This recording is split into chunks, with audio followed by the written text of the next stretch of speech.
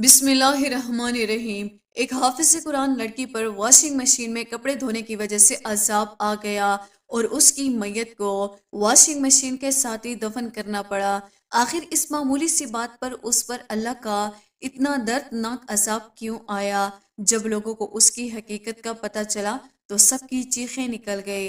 دوستو، یہ دل دہلا دینے والا واقعہ ضرور سنیے گا، کیونکہ اکثر بہت سے لوگ اس طرح کی غلطیاں کرتے ہیں جن کی وجہ سے انہیں سخت عذاب کا سامنا کرنا پڑتا ہے۔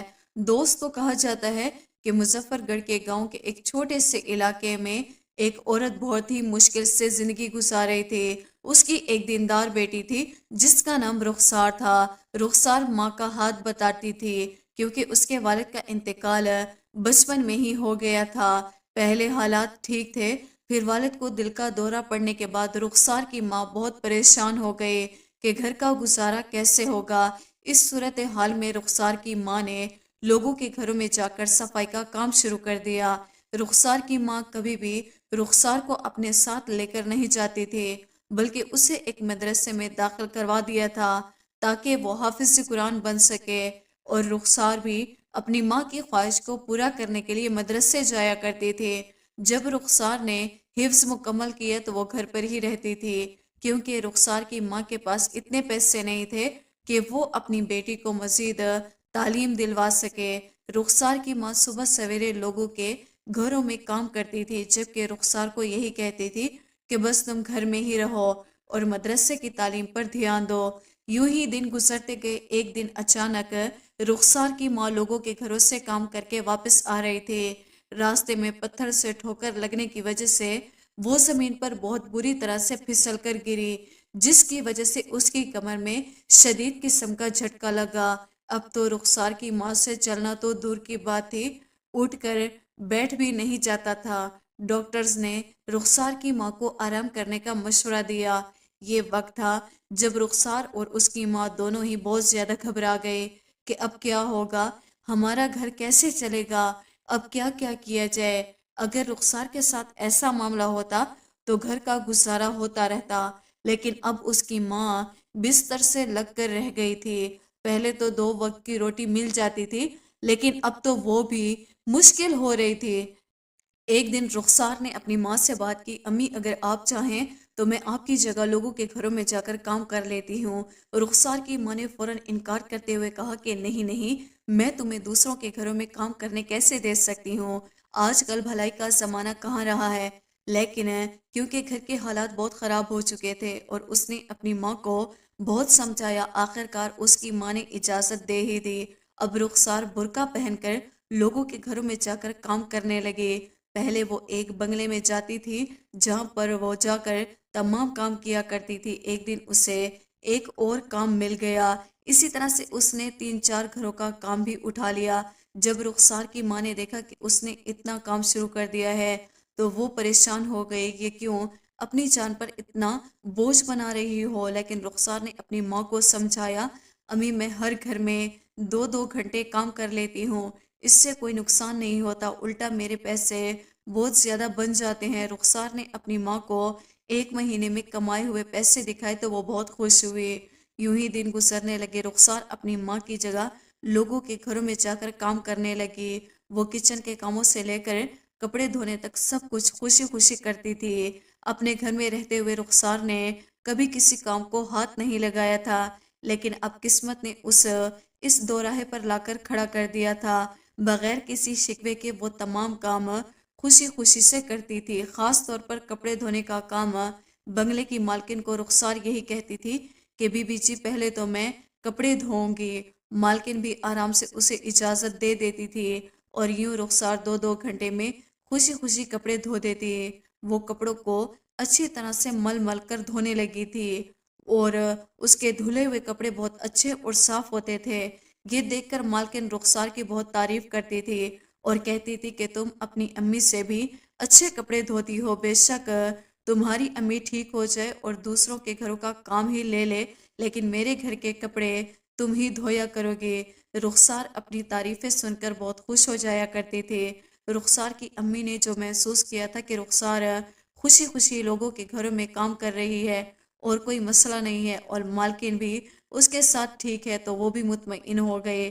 ابھی بھی رخسار کی ماں اتنی زیادہ ٹھیک نہیں ہوئی تھی کہ وہ گھر سے باہر جا سکے، لیکن رخسار ہر مہینے کے آخری تاریخ میں ساری تنخواہ اپنی امی کے ہاتھ پر رکھ دیتی تھی۔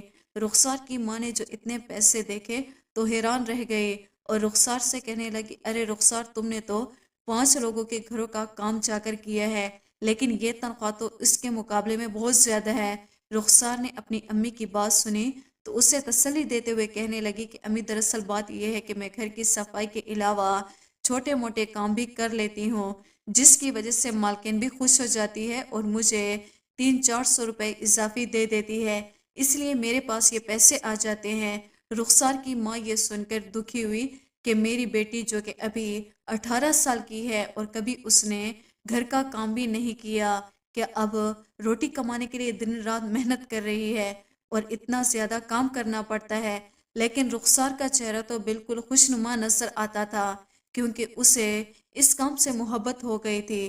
یوں ہی رخسار کی امی نے اپنی بہن کے بیٹے کے ساتھ رخسار کی منگنی کر دی۔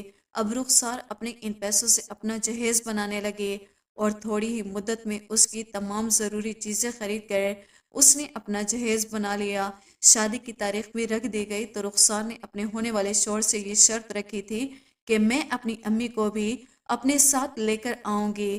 یہ بات سن کر رخسار کا ہونے والا شوہر بولا کہ ٹھیک ہے، مجھے خالہ کے یہاں پر آ کر رہنے پر کوئی اعتراض نہیں، کیونکہ رخسار کا شوہر اس کا کزن بھی تھا اور ویسے بھی رخسار کے شوہر کی ماں کا بہت پہلے ہی انتقال ہو چکا تھا، وہ بھی گھر میں اکیلا ہی رہتا تھا، اس لیے اسے کوئی اعتراض نہیں ہوا۔ رخسار کی امی نے اپنی بیٹی کو سمجھایا کہ بیٹی، یہ کیسی باتیں کر رہی ہو، کسی بھی بیٹی کی ماں اس کے ساتھ جا کر سسرال میں نہیں رہتی، میں بھی تمہارے ساتھ نہیں جاؤں گی۔ لیکن رخسار نے ضد کر لی تھی کہ میں بھی شادی تب تک نہیں کروں گی جب تک آپ میرے ساتھ میرے سسرال آئیں گے۔ آخر رخسار کی امی کو اس کی ضد مانی پڑی اور یوں رخسار کی شادی کے بعد رخسار کے ساتھ رہنے لگی۔ لیکن رخسار کا شوہر پہلے تو اچھا کماتا تھا اور ڈرائیونگ کرتا تھا، اس وجہ سے اس کے شوہر نے سختی سے اپنی بیوی کو منع کیا تھا کہ تمہیں لوگوں کے گھروں میں جا کر کام کرنے کی بالکل بھی ضرورت نہیں ہے، میں ہوں نا، میں کما کر تمہیں کھلاؤں گا، میری کمائی بھی اتنی ہے کہ تم آرام سے 3 وقت کی روٹی بیٹھ کر گھر میں کھا سکتی ہو۔ رخسار بھی ضد کرنے لگی کہ نہیں، مجھے وہاں جا کر کام کرنا ہی ہے، لوگوں کی صفائی کر کے مجھے بالکل بھی برا نہیں لگتا، کیونکہ وہاں کی مالکن بہت اچھی ہے، میرا بہت خیال رکھتی ہے۔ لیکن اس کے شوہر نے اسے سختی سے منع کیا۔ اب رخسار کہنے لگی کہ ٹھیک ہے، صفائی اور جھاڑو پوچھے کا کام نہیں کرتے، پر میں ایک گھر کے کپڑے ضرور دھوؤں گی، کیونکہ وہاں کی مالکن کو میرے ہاتھ کے دھلے ہوئے کپڑے بہت پسند ہیں۔ یہ رخسار کے شوہر نے اس کی ضد کے آگے ہار مان لی۔ اب رخسار دوبارہ اسی بنگلے میں جا کر وہاں کے لوگوں کے کپڑے دھونے لگے۔ مالکن کو اس کے ہاتھ کے دھلے ہوئے کپڑے بہت زیادہ پسند تھے، لیکن پھر کچھ ایسا ہوا کہ جس سے رخسار کی زندگی بدل گئی۔ رخسار کے شوہر کا ایک بہت بڑا ایکسیڈنٹ ہو گیا اور وہ مکمل طور پر معذور ہو گیا تھا۔ اب وہ اپنی نوکری پر بھی نہیں جا سکتا تھا، جس کی وجہ سے دوبارہ سے رخسار کو سارے کام واپس لینے پڑے تھے۔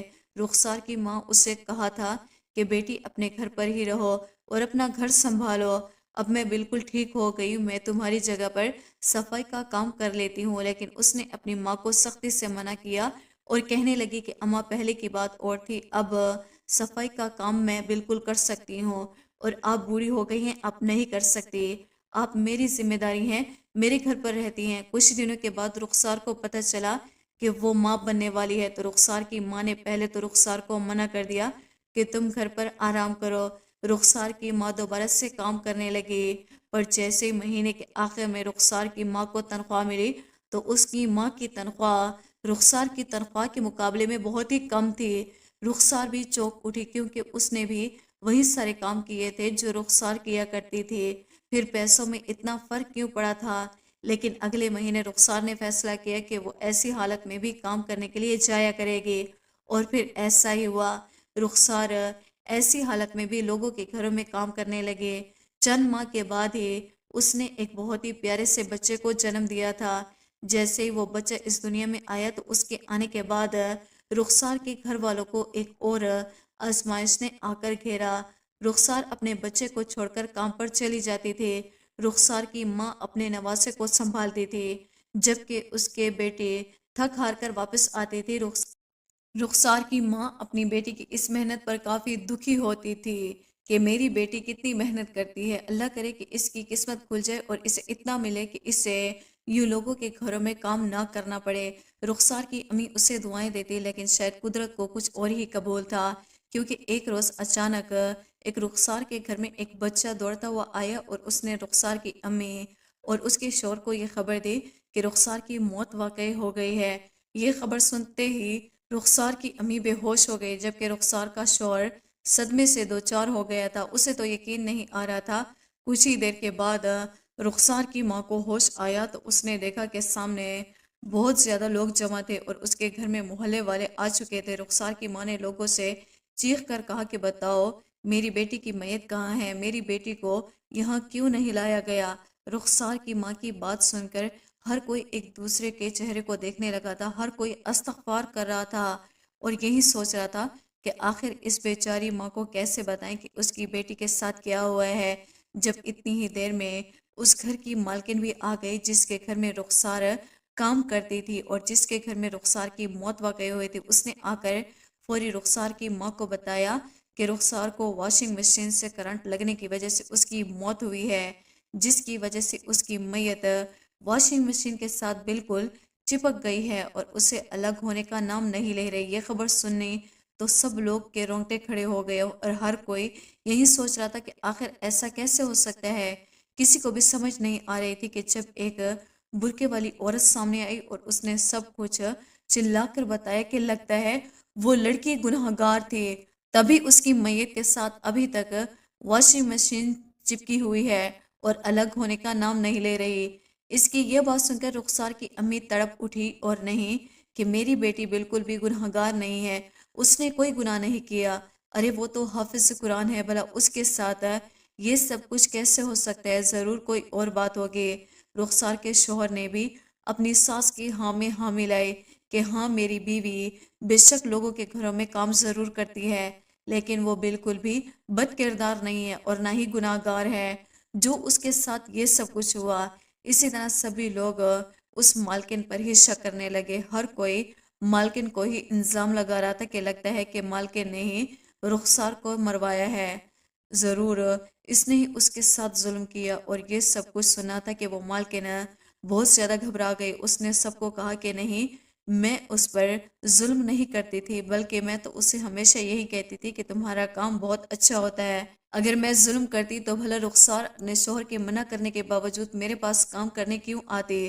اس کا شوہر تو اسے کام کرنے سے منع کرتا تھا، لیکن وہ ہمیشہ میرے پاس آ کر ہی کام کیا کرتی تھی، اگر میں اس پر ظلم کرتی تو بھلا میرے پاس وہ کام کرنے کی ضد کیوں کرتی۔ مالکن کی یہ بات بھی لوگوں کو سچ لگ رہی تھی، سبھی نے اس کی بات پر رضامندی کا اظہار کر دیا اور بالکل سچ کہہ رہی ہو۔ اور رخسار کی امی ابھی بھی پریشان تھی، رخسار کے شوہر کا بھی برا حال تھا، یہاں تک کہ رخسار کی ڈیڈ باڈی واشنگ مشین کے ساتھ الگ ہی نہیں ہو رہی تھی، ہر کوشش کی پر ناکام رہا اور کوئی بھی اس میں کامیاب نہ ہو سکا۔ بلا آخر رخسار کی میت کو ایک ریڑھی پر واشنگ مشین کے ساتھ رکھ کر اس کے گھر پر لایا گیا، کیونکہ اس کی میت واشنگ مشین کے ساتھ خود بری طرح سے چپکی ہوئی تھی۔ جو محلے والے کے منظر دیکھا تو سب توبہ استغفار کرنے لگے۔ رخسار کی موت سے لوگوں نے پوچھنا شروع کیا کہ کیا رخسار نے اپنی زندگی میں کوئی ایسا گناہ کیا ہے جس کی وجہ سے رخسار کی یہ حالت ہے۔ رخسار کی موت سوچ میں پڑ گئی تھی، اسے سب یاد آ رہا تھا، لیکن اسے کوئی ایسا لمحہ یاد نہیں آیا جس میں اس کی بیٹی نے کوئی ایسا گناہ کیا ہے۔ رخسار کی ماں نے نفی میں سر ہلا دیا کہ نہیں میری بیٹی نے ایسا کوئی گناہ نہیں کیا اور اسے اتنی بڑی سزا ملی۔ اب ہر کوئی گہری سوچ میں گم ہو گئے تھے کہ آخر کیا نتیجہ نکالا جائے۔ رخسار کا شوہر بھی اپنا سر گھٹنوں میں دیے بیٹھا تھا، یہاں تک کہ سب لوگ چلے گئے تھے، یہاں تک کہ مالکن اپنے گھر کی لانڈری والی جگہ کو بھی اچھی سے تفتیش کر لی تھی، لیکن ایسا کوئی سراغ نہ مل سکا جس سے یہ پتہ چل سکے کہ آخر رخسار کی موت کیسے ہوئی۔ رخسار کی موت کو اب تقریباً 2 دن گزر چکے تھے اور 2 ہی دن گزرنے کے بعد اس کے جسم سے بہت ہی گندی قسم کی بدبو آنے لگی تھی کہ لوگ بھی برداشت نہیں کر رہے تھے۔ سب کا یہی کہنا تھا کہ بہتر یہی ہے کہ اسے واشنگ مشین کے ساتھ ہی دفن کر دیا جائے، میت کو اس سے الگ ہونے کا انتظار نہ کیا جائے۔ رخسار کی امی اب بہت زیادہ پریشان ہو گئی تھی۔ تھک ہار کر رخسار کی ماں نے ایک آخری فیصلہ لیا، اپنے داماد کے پاس گئی۔ اس نے کہا کہ بیٹا، مجھے تو لگتا ہے کہ معاملہ بہت زیادہ سنجیدہ ہے، ہمیں ایسا کرنا چاہیے کہ کسی بزرگ یا عالم دین سے اس بات کا ذکر کرنا چاہیے، اس سے پوچھنا چاہیے کہ آخر اب ہم کیا کریں، ہمیں کوئی فیصلہ سنائے۔ اس کے شوہر نے بھی حامی بھری اور پھر وہ ایک جامع کے بہت بڑے مفتی صاحب کے پاس گئے اور اس معاملے کے بارے میں بتایا۔ مولوی صاحب نے رخسار کے گھر آنے کا فیصلہ کیا۔ مفتی صاحب جیسے رخسار کے گھر آئے، رخسار کی امی نے ساری داستان اس صاحب کے آگے بیان کی۔ پہلے تو مولوی صاحب نے افسوس کا اظہار کیا، پھر گہری سوچ میں کھو گئے۔ پھر انہوں نے اپنی آنکھوں سے وہ منظر دیکھ لیا تھا کہ کیسے رخسار کی میت واشنگ مشین کے ساتھ چپکی ہوئی تھی۔ اس کے بعد وہ رخسار کی امی سے پوچھنے لگی کہ آخر رخسار نے اپنی زندگی میں کوئی ایسا گناہ کیا تھا جو رخسار کی موت کا ایسا تکاب بن رہا ہے۔ رخسار کی امی نے نفی میں سر ہلایا۔ اس کا شوہر بھی کہنے لگا کہ میری بیوی بالکل گناہ گار نہیں تھی، وہ بے گناہ ہے، لیکن ہمیں سمجھ نہیں آ رہا کہ آخر اس کی میت واشنگ مشین کے ساتھ کیوں چپکی ہوئی ہے۔ مولوی صاحب نے ان دونوں کی بات صبر اور تحمل سے سنی اور پھر کہنے لگے عام طور پر یہ ایسے شخص کے ساتھ ہوتا ہے، اس میں کوئی بہت بڑا گناہ کیا ہے اور اس گناہ کی اس کو خبر نہیں ہے۔ مولوی صاحب نے ان دونوں کی بات صبر اور تحمل سے سنی اور پھر کہنے لگے عام طور پر یہ ایسے شخص کے ساتھ ہوتا ہے، اس نے کوئی بہت بڑا گناہ کیا ہو اور اس گناہ کی کسی کو خبر بھی نہ ہو۔ مجھے لگتا ہے کہ اگر کرنٹ لگنے کی وجہ سے اس کی موت ہوئی ہے اور اس کا وجود واشنگ مشین کے ساتھ چپکا ہوا ہے تو یقیناً اس نے اسی جگہ پر کوئی گناہ کیا ہوگا۔ یہ بات سننے کے ساتھ ہی رخسار کی امی کے ساتھ رخسار کے شوہر بھی پیروں کے تلے سے زمین نکل گئی۔ وہ دونوں مولوی صاحب کو حیرانگی سے دیکھنے لگے۔ رخسار کا شوہر مولوی صاحب سے بولا کہ مولوی صاحب، آپ یہ کیسی باتیں کر رہے ہیں؟ میری بیوی اتنی نیک ہے، وہ ایسی حرکت نہیں کر سکتی۔ وہ اس صاحب نے کہا کہ گناہ کی نوعیت کسی بھی قسم کی ہوتی ہے۔ پھر مولوی صاحب نے رخسار کی امی سے ایک اور سوال کیا کہ آپ مجھے بتا سکتے ہیں کہ رخسار کتنے گھروں میں کام کرتی تھی، کیونکہ رخسار کے ساتھ آپ نے زندگی کا ایک عرصہ گزارا ہے، کوئی ایسا گناہ تو ضرور ہوا ہوگا، یا پھر کہیں ایسا تو نہیں کہ وہ لوگوں کے گھروں میں جا کر کام کرتی تھی، یا کیا پتا اس نے غلطی سے کسی کی کوئی چیز چرا لی ہو۔ رخسار کی ماں نے فوراً کہا کہ نہیں، میری بیٹی نے کبھی چوری نہیں کی تھی، میں نے اس کی ایسی تربیت نہیں کی تھی۔ مولوی صاحب نے کہا کہ کیا پتا آپ کچھ بھول رہی ہوں، کبھی آپ نے کچھ ایسا محسوس کیا کہ معمول سے ہٹ کر اس کا برتاؤ الگ ہو، یا پھر کوئی آپ سے اس نے تبدیلی محسوس کی ہو، یا کوئی ایسا دن جب آپ کو لگو کہ رخسار بہت زیادہ خوش ہو۔ اس کی ماں نے کہا کہ میری بیٹی تو ہر وقت ہی خوش رہتی تھی، وہ لوگوں کی بہت مدد کرتی تھی۔ اس کی ماں نے ایک بار پھر یہی کہا کہ نہیں، میں نے اپنی بیٹی میں کبھی کوئی تبدیلی محسوس ہی نہیں کی۔ یہ کہہ کر رخسار کی ماں پھوٹ پھوٹ کر رونے لگی۔ پھر مولوی صاحب نے رخسار کی ماں سے آپ ایک اور سوال کیا کہ آپ مجھے یہ بتا سکتے کہ رخسار مانا کتنے کما لیتی تھی؟ رخسار کی ماں نے خوشی خوشی کہہ دیا کہ میری بیٹی مانا بہت زیادہ کما لیتی تھی، کبھی کبھار تو اس کے پاس بہت زیادہ پیسے آتے تھے۔ میں بھی اس سے پوچھتی تھی کہ آخر تمہارے پاس اتنے پیسے کیسے آتے ہیں، تو وہ خوشی سے مجھے بتاتی تھی کہ دراصل میں بہت سارے کام اٹھاتی رہتی ہوں اور چھوٹے موٹے کام بھی کر دیتی ہوں، تبھی تو مالکن مجھے اضافی پیسے دے دیتی ہے۔ پھر مولوی صاحب کے چہرے کا رنگ اڑ گیا، انہیں دال میں کچھ کالا لگ رہا تھا، تو وہ کہنے لگے کیا آپ مجھے رخسار کی مالکن کے گھر پر لے جا سکتی ہیں جہاں پر رخسار کی موت واقع ہوئی تھی، کیونکہ یہ راز اب وہیں پر ہی جا کر کھل سکتا ہے۔ اس کے بعد رخسار کی ماں مولوی صاحب کو لے کر اس کی مالکن کے بنگلے کے پر چلی گئی۔ پہلے تو وہ عورت مفتی صاحب کو دیکھ کر گھبرا گئی، لیکن پھر مفتی صاحب نے اسے یقین دلوایا کہ یہ دیکھو بی بی، یہ معاملہ بہت سنگین ہے اور یہ سب کچھ آپ کے گھر پر ہوا ہے، ہو نہ ہو آپ اس بارے میں ضرور کچھ نہ کچھ تو جانتی ہیں۔ میں آپ سے یہی درخواست کروں گا کہ آپ جو کچھ بھی معلوم ہے، آپ جو کچھ بھی جانتی ہیں اس معاملے کے متعلق، خدا کے لیے بتا دیجیے تاکہ ان کی بیٹی کو قبر کی مٹی نصیب ہو سکے۔ اس پر رخسار کی مالکن نے ایک ٹھنڈی آ بھری اور پھر مفتی صاحب کو رخسار کی ماں کو سب کچھ سچ سچ بتا دیا۔ وہ کہنے لگی کہ جب رخسار کی موت کا میں نے اس گھر پر جا کر بتایا تو گاؤں والے مجھ پر شک کر رہے تھے، میں سب کو سچ بتانا چاہتی تھی، لیکن پھر میں ڈر گئی کہ کہیں لوگ مجھے اس کا قصوروار نہ ٹھہرا دیں۔